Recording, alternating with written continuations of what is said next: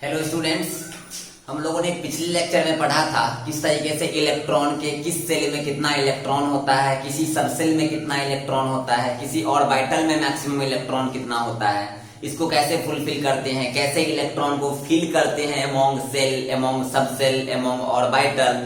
फिर हम लोग उसके लिए 3 रूल पढ़े थे, हुम्स रूल, पॉली एक्सक्लूजन और बॉब प्रिंसिपल। फिर हम लोगों ने कुछ प्रॉपर्टी देखा था कि अनपेयर्ड इलेक्ट्रॉन कैसे निकालते हैं। हम लोगों ने ये देखा था कि पैरामैग्नेटिक कब होगा, डायामैग्नेटिक कब होगा।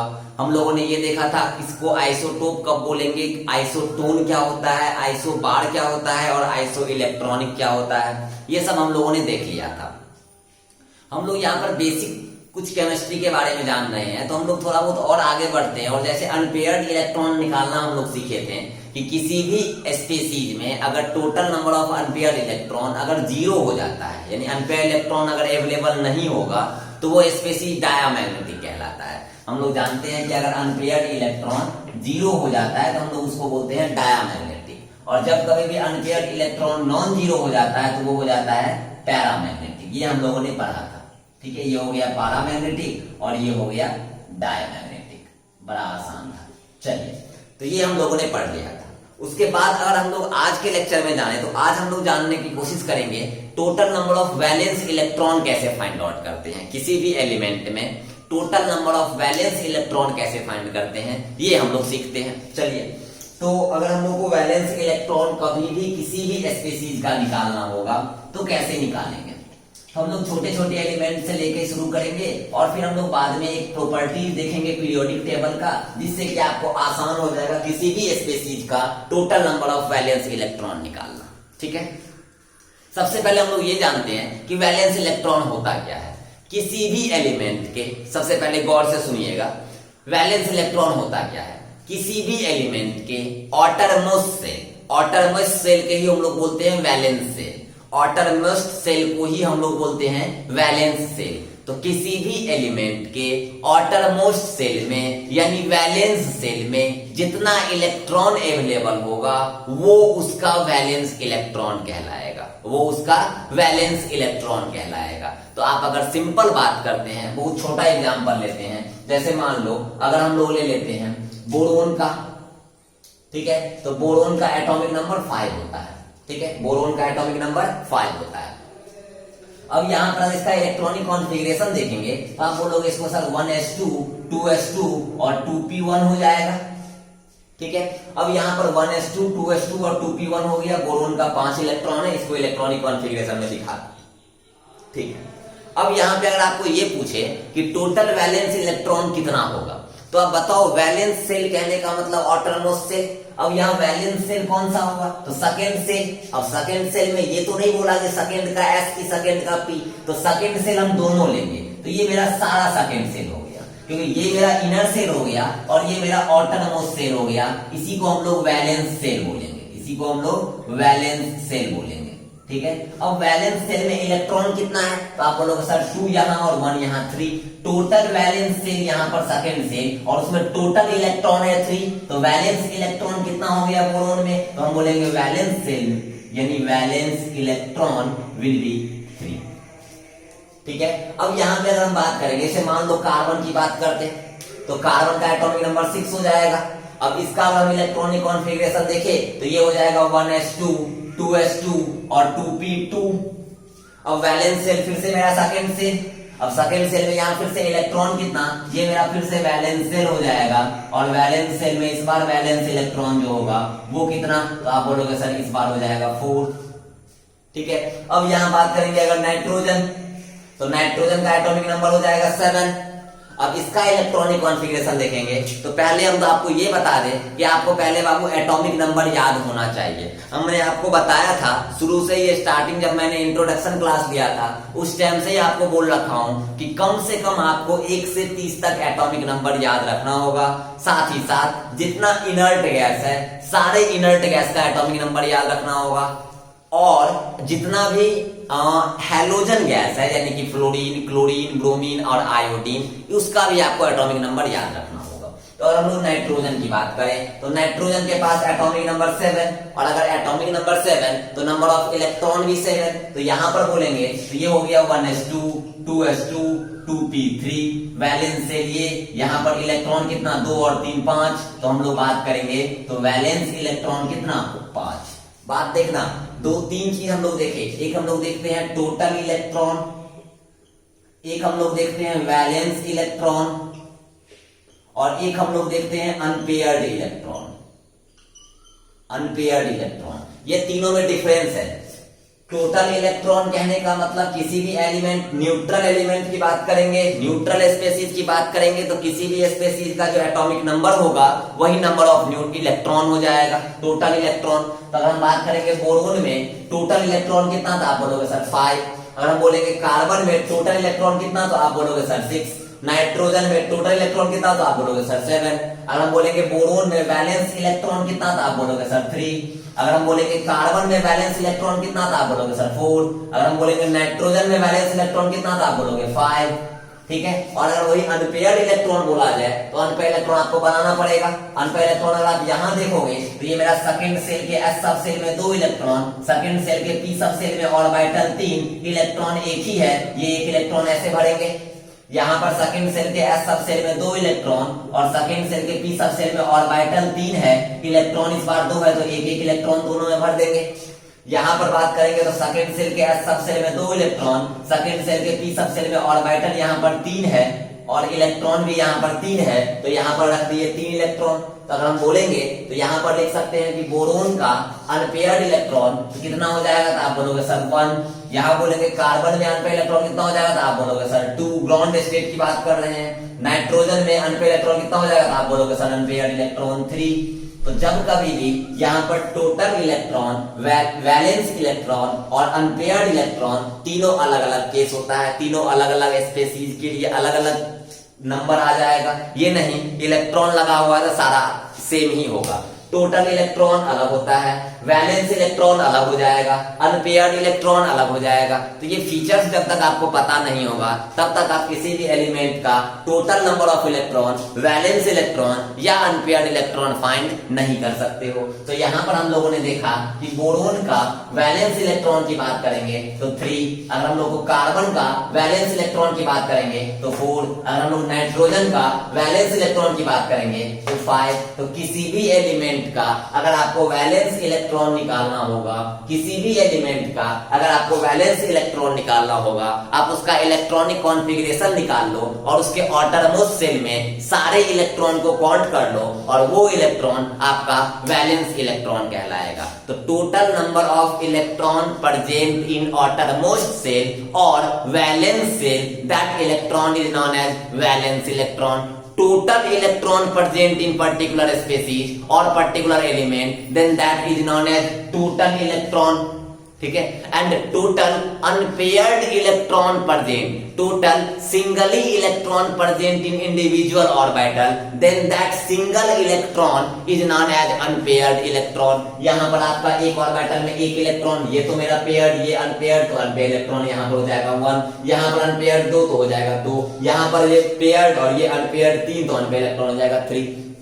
तो बड़ा आसान कॉन्सेप्ट है। तो अगर हम लोग देखें तो बोरोन का देखेंगे वैलेंस इलेक्ट्रॉन तो आया 3, कार्बन का वैलेंस इलेक्ट्रॉन तो देखे 4, नाइट्रोजन का वैलेंस इलेक्ट्रॉन तो हम लोग देखे 5। आप इसको पॉज करके नोट डाउन कर लो, हम लोग थोड़ा और आगे बढ़ते हैं। ठीक है। अब यहाँ पे हम लोग और आगे बढ़े तो देखते हैं, पहले आप इसको पॉज करके आप इसको नोट डाउन स्क्रीनशॉट ले लो और उसको आप लिख लो।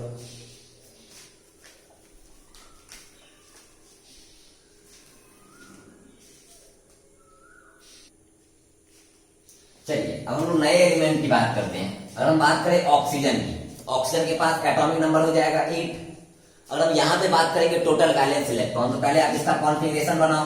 हम लोग बोलेंगे ये मेरा 1s2 हो जाएगा, ये मेरा 2s2 हो जाएगा, ये मेरा 2p4 हो जाएगा, क्योंकि ऑक्सीजन के पास 8 इलेक्ट्रॉन, 2 इलेक्ट्रॉन इनर सेल में, ऑटरमोस्ट सेल में कितना इलेक्ट्रॉन, तो आप बोलोगे सर 6 इलेक्ट्रॉन। तो ऑक्सीजन के पास ऑटरमोस्ट सेल में 6 इलेक्ट्रॉन प्रेजेंट है, इसीलिए इसके पास वैलेंस इलेक्ट्रॉन की बात करेंगे, वैलेंस इलेक्ट्रॉन की बात करेंगे तो total valence electron will be 6 हो जाएगा। तो हर एक ऑक्सीजन एटम के पास टोटल वैलेंस इलेक्ट्रॉन कितना होगा, तो आप बोलोगे सर 6। अगर हम लोग बात करेंगे फ्लोरीन की, तो फ्लोरीन के पास एटॉमिक नंबर 9 हो जाता है। फ्लोरीन के पास एटॉमिक नंबर 9 हो जाएगा। अगर आप इसका इलेक्ट्रॉनिक कॉन्फ़िगरेशन देखोगे कोई दिक्कत नहीं, ये मेरा 1s2 है, 2s2 है और 2p5 हो जाएगा।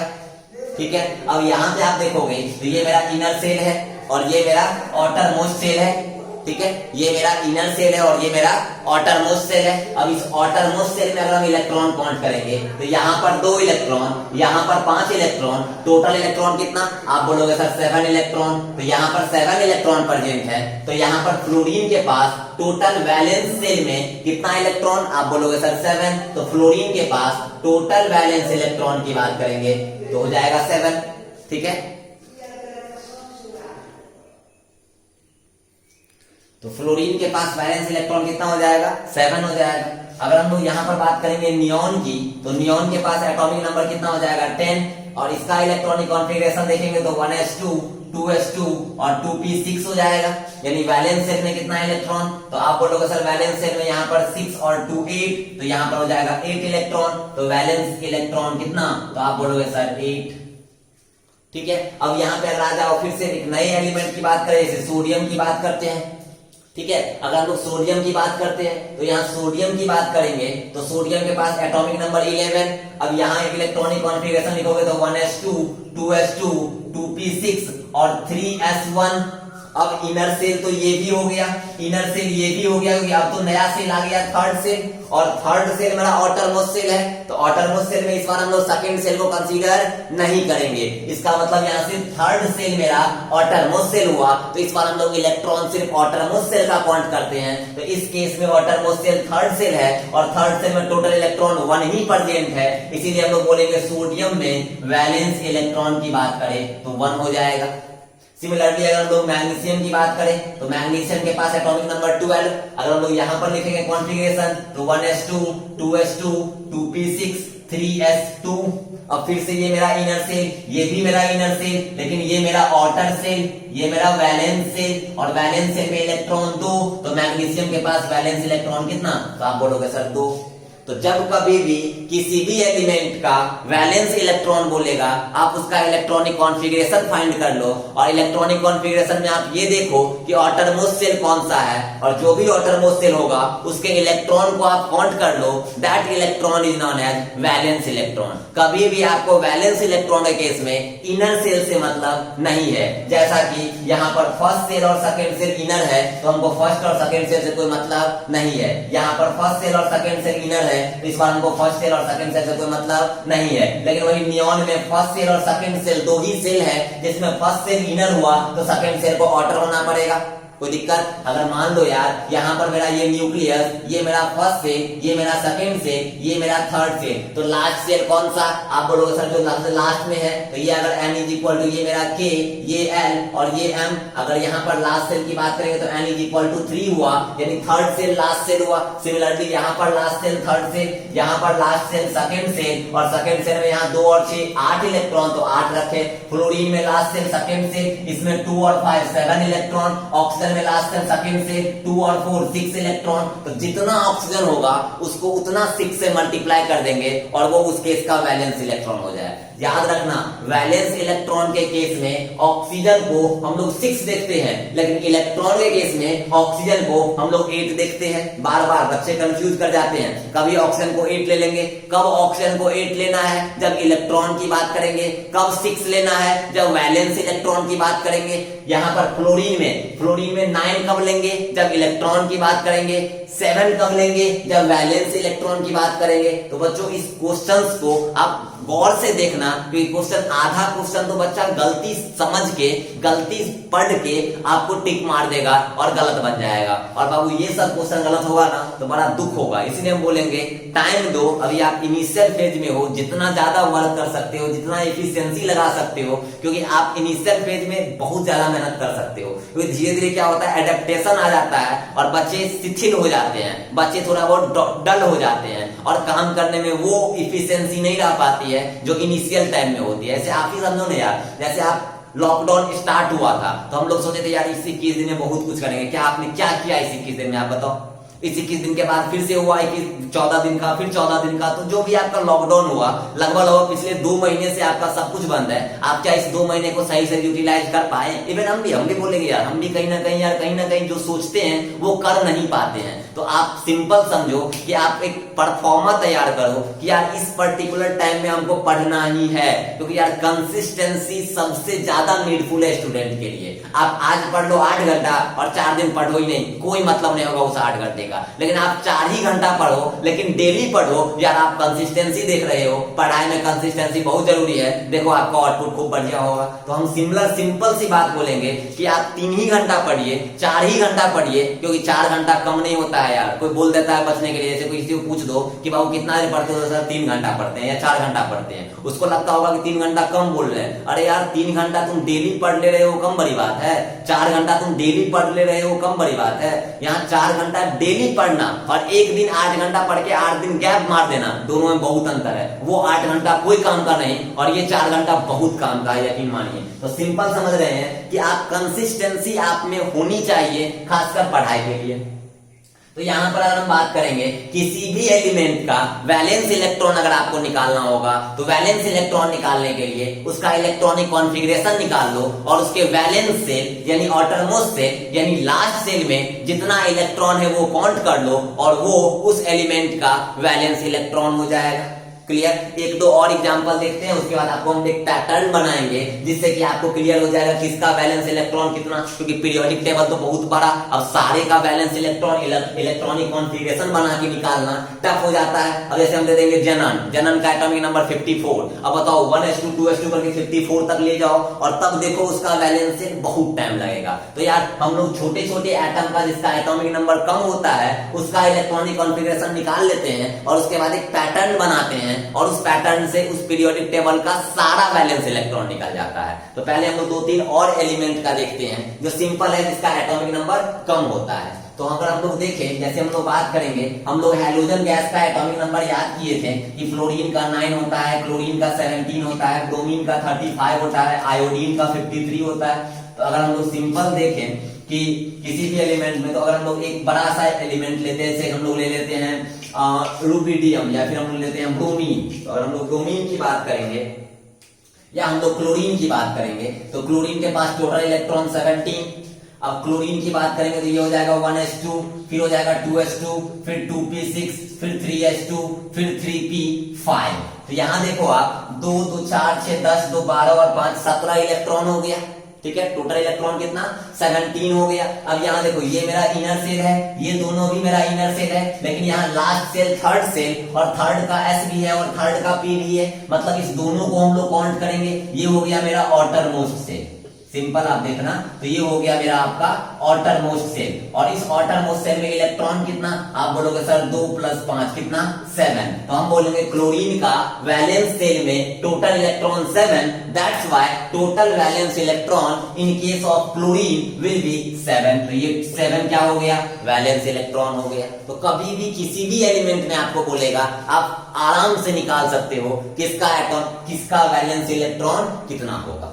क्लियर? अगर हम लोग को दे देगा सल्फर का, तो सल्फर का होता है 16, इसका आप कॉन्फ़िगरेशन निकालोगे 1s2 2s2 2p6 3s2 3p4 हो जाएगा। 2 4 10 12 और 4 16। अब इनर सेल ये भी दोनों इनर सेल, ये मेरा आउटर सेल में 2 और 4 6, तो ये मेरा हो गया 6 वैलेंस इलेक्ट्रॉन। तो किसी भी सेल का किसी भी एलिमेंट का वैलेंस इलेक्ट्रॉन निकालने के लिए आपको उसका इलेक्ट्रॉनिक कॉन्फ़िगरेशन लिखना होगा और इलेक्ट्रॉनिक कॉन्फ़िगरेशन लिखने के बाद उसके वैलेंस सेल को चेक करो और वैलेंस सेल में देखो कि टोटल कितना इलेक्ट्रॉन प्रेजेंट है और जितना इलेक्ट्रॉन प्रेजेंट होगा उसके वैलेंस सेल यानी आउटरमोस्ट सेल यानी लास्ट सेल में वो उसका वैलेंस इलेक्ट्रॉन कहलाएगा। तो अब हम लोग उसके पैटर्न को पकड़ते हैं और फिर हम लोग देखते हैं कि किसका वैलेंस इलेक्ट्रॉन कितना होता है। चलिए अब हम लोग ग्रुप के अकॉर्डिंग देख लेते हैं कि किसका वैलेंस इलेक्ट्रॉन कितना होता है। जैसे हम लोग जानते हैं कि हाइड्रोजन के पास एक ही इलेक्ट्रॉन होता है, हम लोग इसको लिखेंगे 1s1। अब यही मेरा इनर यही मेरा आउटर, तो आउटर मोस्ट सेल इसी को बोलेंगे तो एक इलेक्ट्रॉन, तो बोलेंगे हाइड्रोजन का वैलेंस इलेक्ट्रॉन कितना, तो आप बोलोगे सर 1। तो अगर हम लोग यहाँ पर इसको ऐसे लिखें कि इसके ग्रुप में जितना भी होगा सबका वैलेंस इलेक्ट्रॉन 1। जैसे अगर हम लिथियम की बात करेंगे तो लिथियम का एटॉमिक नंबर 3, अगर हम इसका इलेक्ट्रॉनिक कॉन्फ़िगरेशन लिखेंगे तो क्या लिखोगे 1s2 और 2s1।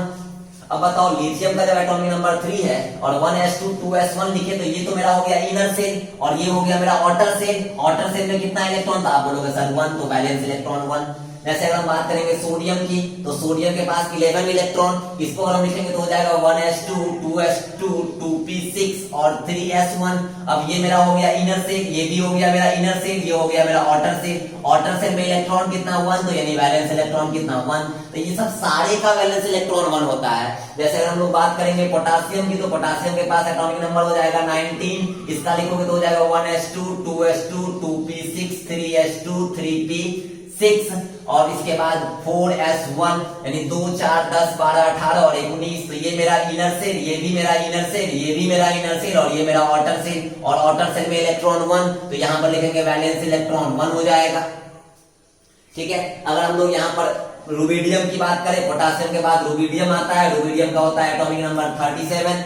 ठीक है, अगर हम लोग इसको लिखेंगे तो हो जाएगा 1s2 2s2 2p6 3s2 3p6 4s2 3d10 यानी 2 4 10 12 18 20 30 4s2 3d10 4p6 और इसके बाद हो जाएगा 5s1।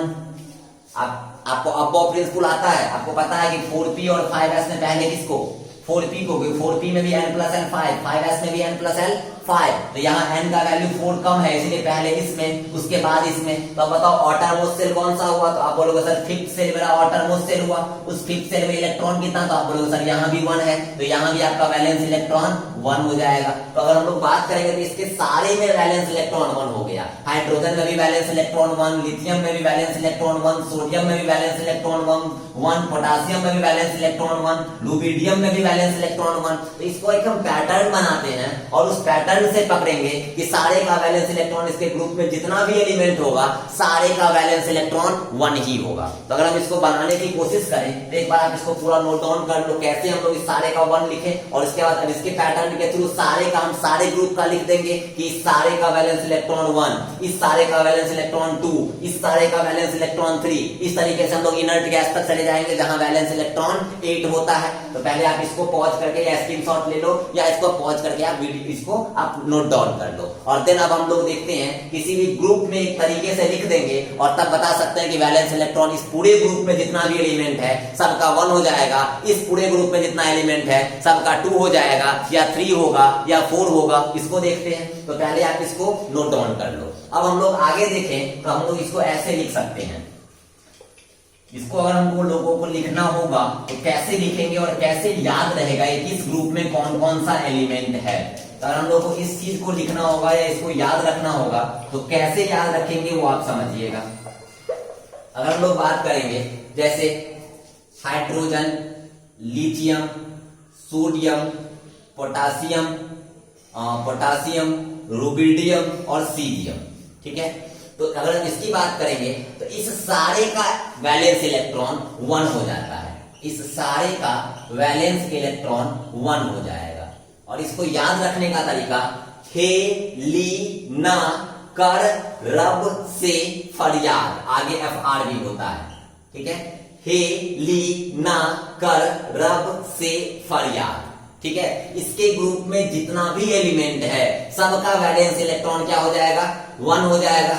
हे ली ना कर रब से फरियाद,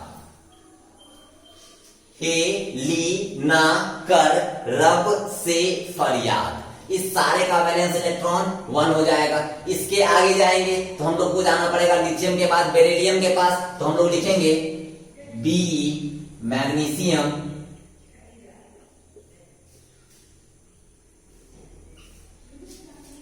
इसको लिखते हैं। अगर हमको इसको लिखना होगा तो क्या लिखेंगे बेटा, ये मेरा बेरिलियम, इस सारे का वैलेंस इलेक्ट्रॉन हो जाएगा 2। बेटा मांगे कार स्कूटर बाप राजी। अब यहाँ इस ग्रुप में जितना भी एलिमेंट है सारे का वैलेंस इलेक्ट्रॉन 2 हो जाएगा। क्या लिखेंगे? बेटा मांगे कार स्कूटर बाप राजी। अब नाम से आपको समझना होगा सिंबल को कि बी दैट मीन्स बेटा यानी बेरिलियम है, मांगे मतलब मैग्नीशियम, कार तो कैल्शियम, स्ट्रोंटियम, बैरियम, ये सब ग्रुप आपको याद रखना होगा। तो आप बार बार अगर देखोगे तो आपके दिमाग में ये चीज बैठ जाएगा। हे ली ना कर रब से फरियाद, बेटा मांगे कार स्कूटर बाप राजी। अब राजी बोलो रोए बोलो डिपेंड करता है फादर पे कि वो उनका इनकम कैसा है, उनका लाइफस्टाइल कैसा है। कभी आपको आसानी से ही मिल जाएगा, कभी पता चलेगा कि मांगे थप्पड़ भी लग गया, कुछ ना मिलने वाला है। ठीक है, तो बेटा मांगे कार स्कूटर बाप राजी, तो ये हो गया वैलेंस इलेक्ट्रॉन 2। आगे बढ़ते हैं। अगर हम लोग बेरिलियम के बाद आगे बढ़े तो हम लोग लिखेंगे बोरोन, एल्यूमिनियम। ठीक है, इसको हम लोग लिखेंगे बाल। इसको लिखते हैं कैसे? तो देखो बाल यानी कि बाल। बाल कहने का मतलब बोरोन भी आ गया और एल्युमिनियम भी आ गया। ठीक है, ठीक है। बाल गंगाधर, बाल गंगाधर इंडियन, बाल गंगाधर इंडियन तिलक। ठीक है, बाल दोनों आ गया, बोरोन और एल्युमिनियम दोनों आ गया। बाल गंगाधर इंडियन तिलक, तो ये हो गया। ऐसे आप मानो तो इसको आप ले लोगे, इसमें जितना भी वैलेंस इलेक्ट्रॉन होगा वो सारा 3 हो जाएगा, क्योंकि आप इसका तो निकाल सकते हो 1s2 2s2 और 2p1। तो वैलेंस सेल में कितना इलेक्ट्रॉन? तो 2 और 1 3 इलेक्ट्रॉन। इसका तो निकाल सकते हो 1s2 2s2 और 2p, बस इतना है। तो वैलेंस सेल में कितना इलेक्ट्रॉन? 2 इलेक्ट्रॉन। हाइड्रोजन का तो निकाल सकते हो 1s1, या लिथियम का तो निकाल सकते हो 1s2 2s1। तो वैलेंस इलेक्ट्रॉन में कितना इलेक्ट्रॉन? 1 इलेक्ट्रॉन। अरे जिसका एटॉमिक नंबर कम उसका तो वैलेंस इलेक्ट्रॉन आप इजीली निकाल सकते हो, लेकिन यहां तक जा जाते यहां पर एटॉमिक नंबर सब बढ़ जाता है। तो हर एक का एटॉमिक नंबर का इलेक्ट्रॉनिक कॉन्फ़िगरेशन लिखना और फिर उसका वैलेंस इलेक्ट्रॉन काउंट करना टाइम लगेगा, और ऐसे याद रहेगा आप तुरंत बना दोगे। हे ली ना कर रब से फरियाद, बेटा मांगे कार स्कूटर बाप राजी, बाल गंगाधर इंडियन तिलक। और आगे बढ़ो, हम लोग आ जाएंगे कार्बन पे। तो यहाँ पर का सी जी ई यानी carbon silicon gallium germanium sorry, और इसके बाद SN टी और PB लीड। तो हम लोग इसको लिखते हैं, इस दोनों को लिखेंगे तो कासी, कासी जे सन पब। जेसन मतलब समझते हो जैसा, अगर हम लोग अपने लैंग्वेज में बोलेंगे तो कासी यानी कार्बन और सिलिकॉन, जेसन यानी कि जर्मेनियम और टीन, और यहाँ पब यानी पीबी लीड जिसका एटॉमिक नंबर 76 होता है। और कार्बन का अगर हम लोग इलेक्ट्रॉनिक कॉन्फ़िगरेशन लिखेंगे तो 1s2 2s2 और 2p2। अब इसके वैलेंस सेल में कितना इलेक्ट्रॉन? तो 4। तो इसमें जितना भी ग्रुप में एलिमेंट होगा कासी जेसन पब, इस सारे का वैलेंस इलेक्ट्रॉन कितना? तो आप बोलोगे सर 4। ठीक है, तो यहां पर वैलेंस इलेक्ट्रॉन 3। बाल गंगाधर इंडियन तिलक, बेटा मांगे कार स्कूटर बाप राजी। यहां बात करेंगे हे ली ना कर रब से फरियाद, सारे का valence electron 1, valence electron 2, valence electron 3, valence electron 4। अभी हम लोग का 5 6 7 8 बाकी है, तो पहले आप इसको नोट डाउन कर लो। ठीक है, कि हे ली ना कर रब से फरियाद, हे ली ना कर रब से फरियाद, बेटा मांगे कार स्कूटर बाप राजी, सारे का वैलेंस इलेक्ट्रॉन 2।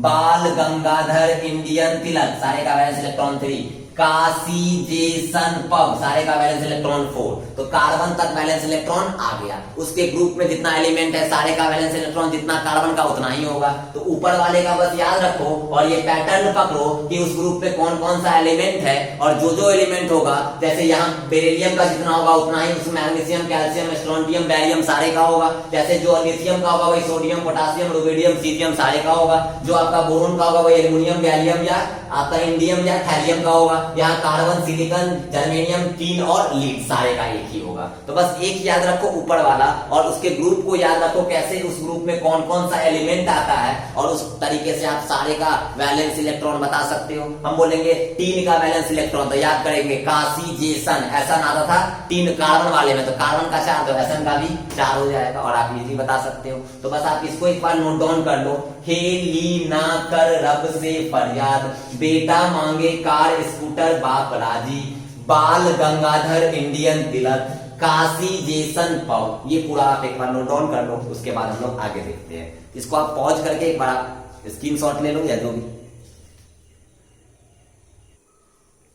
चलिए आगे के ग्रुप में हम लोग देखें तो कार्बन के बाद आता है नाइट्रोजन। हम लोग यहां पर देखते हैं नाइट्रोजन का अगर इलेक्ट्रॉनिक कॉन्फ़िगरेशन देखेंगे तो हो जाएगा 1s2 2s2 और 2p3 और टर्मोस सेल में 2 और 3 5 यानी 5 इलेक्ट्रॉन वैलेंस इलेक्ट्रॉन। अब इसमें कौन कौन सा एलिमेंट आता है वो देखो, नाइट्रोजन, फास्फोरस, आर्सेनिक, एंटीमनी और बिस्मथ। याद रखने का तरीका